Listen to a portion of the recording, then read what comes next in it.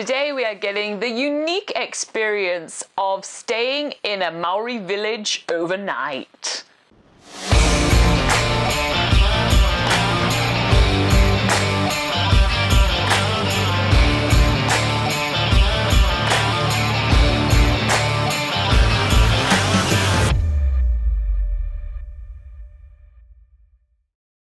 Alright guys, just a quick word of warning, this episode is much longer than our usual because there is just so much to unpack at Tamaki. So we start by joining the group from Kiwi Experience for their early evening Maori tour. The first thing that happens when you go into a Maori village is that the tribe introduces themselves to us and we introduce ourselves to the tribe. And another part of the custom is to actually sing songs to each other. So the guys from the Kiwi Experience bus did a very amazing song that really represents our tribe. Why do you build me up? Build me up. Buttercup baby, just to let me down. Let me down. Mess me around and then worst of all.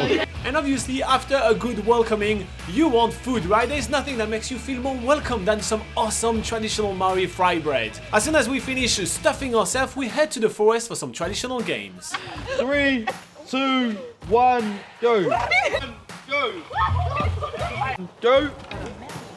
3, 2, 1, go! This game is called Powhiri, I hope I pronounced that right, and it's heaps of fun, especially with a big group. We need to basically follow the rhythm and pass each other that stick while doing this little bit of a dance move as well. And once the game gets trickier, it gets darker and we head to learn a better song to perform tonight.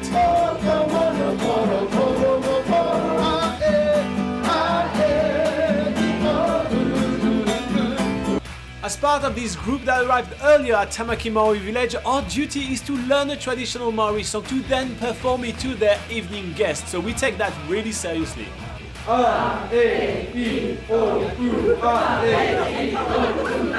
there is one thing I can guarantee, this I-A-E-O-U song is gonna stick in my head for the years to come.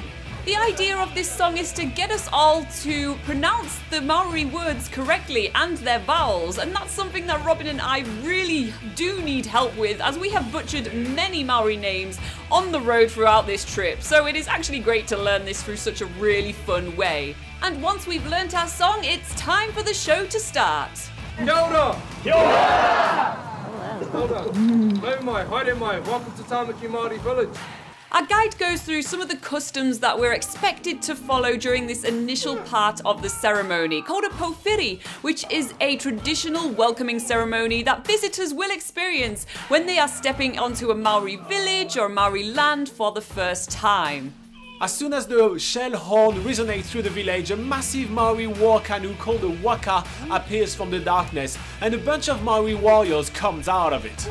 The first thing that they're doing is to showcase their skills at fighting. They want to scare our tribe and show them that they are not to be trifled with. But then the next step of the ceremony is to determine if we are friends or foe.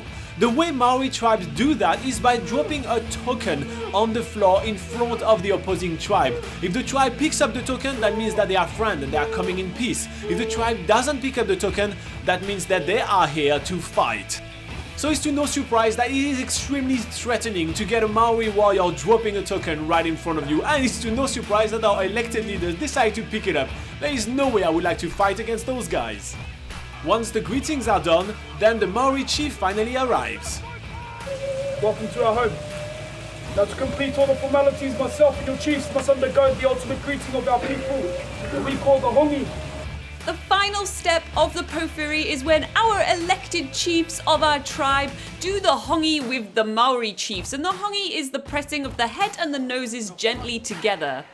The chief goes through why exactly we did the Powhiri and gives us more insights into each aspect of that welcoming ceremony, and then we are welcomed into Tamaki Maori Village itself, where we're going to be learning loads more about the Maori culture. Throughout the night we go to different stations, and the first station that we're going to is the Haka station. So the Haka is the traditional war canoe used by the Maori, and we are told about the early voyages of these Polynesian explorers that found the land of Aotearoa, which is the Maori word for New Zealand. We then move on to this next station about the poi, which is originally used as a weapon but is more commonly used nowadays in song and dance. So we are chosen, and that includes me, to learn how to use the poi to do a traditional Maori dance. I have to say I do need to work a lot on my poi skills.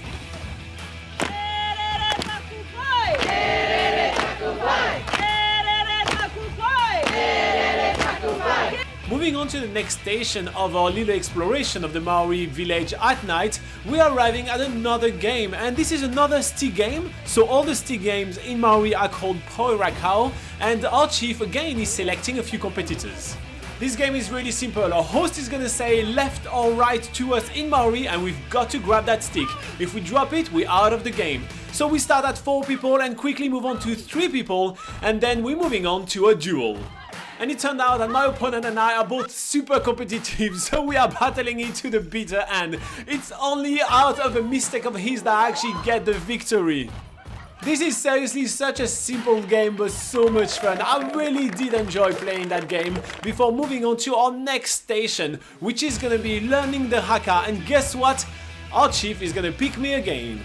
Yep, it turns out our tribe is made of mostly women, and for the Haka it can only be guys.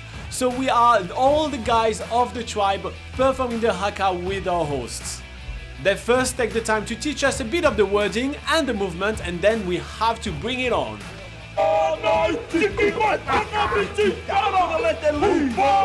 This Haka is the Tamaki version. Every single tribe has a different version of the Haka, and you probably know best the one from the All Blacks, the New Zealand rugby team. But obviously we're not leaving before taking a ton of pictures of ourselves with our awesome warriors. At the next station, we learn more about the Tamaki, which is the traditional style of tattoo in Maori. And as you've seen from a lot of these warriors, they have tattoos actually on their faces, and they all have different designs, and our guide here tells us more about the different designs and what they actually mean. We also learn about flax weaving, which is a type of plant found in New Zealand used to make all sorts of things like baskets and clothing. And then after that, we are moving on to another section of the tour, which is going to the Hangi lifting. Hangi is the Maori style of making food which takes hours to prepare. It is food which has been cooked in an underground oven for hours and hours, slowly cooked away until it finally needs to be lifted, and we actually get the honor of watching this ourselves. But while these guys are going to be preparing our food for later this evening, we are then taken to another room where we're going to be learning more and watching an awesome kapa haka. We walk into this amazing room with all sorts of paintings and carvings on the wall, and we all sit down ready for this really awesome Maori show. And kapa haka is basically the style of Maori song and dance. The Maori show is super captivating to watch, and both the men and the women are pulling faces with bulging eyes, their tongues sticking out. It's terrifying, yet we can't look away. Their chants are mesmerizing, and they're using all sorts of different weapons and tools during their performances.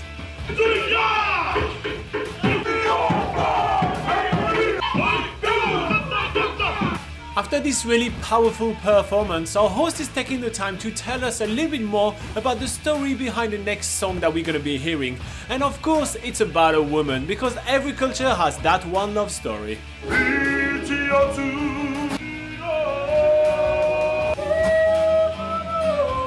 It's quite cool to actually be able to hear and witness a little bit of every single part of the Maori culture all in one evening. I really did not expect to see that much, especially during this kapa haka show. The next stage is actually to see them actually be amazing with the poi. I'm not trying to take anything away from Laura, but come on, that is so much more cool. Then after, the Maori chief is coming back to tell us a little bit about their weapons. He's telling us about how they're made, how they're used, and giving his warrior a few commands in order to demonstrate the power of those weapons. And obviously, this show cannot finish without the demonstration of an absolutely amazingly powerful haka. I have to be honest, this is not the first haka that we've seen, but honestly it never gets old. The power, the sheer power that those warriors are putting in that dance is absolutely amazing, and it actually comes from their very roots, where warriors were actually facing haka against haka before battle in order to gauge if they had any chance to win the fight that was about to happen. What's Kai, Robin? Kai is food! Yum yum yum! It's the only word I know in Maori. As soon as we enter the buffet room, there is so much food in front of us, it's absolutely amazing. It's an all-you-can-eat buffet with ton of amazing Maori culinary delight. And obviously, as we're backpackers, we're going absolutely nuts. We do feel like we have a good excuse though, because at the end of this dinner we're going to be performing in front of all these people with that song that you saw us practicing earlier. The girls are doing the song while the guys are then going to take over and perform the haka in front of everybody. Unfortunately, it doesn't quite have the same effect as when the Maori were doing it, but it's a pretty awesome way to end this amazing tour at the Tamaki Maori Village. It's not quite the same effect when a skinny white French guy does the haka compared to a big beefy Maori guy. So, yeah. But it looks like it's heaps of fun to do, even if Robin is not scaring anyone with that.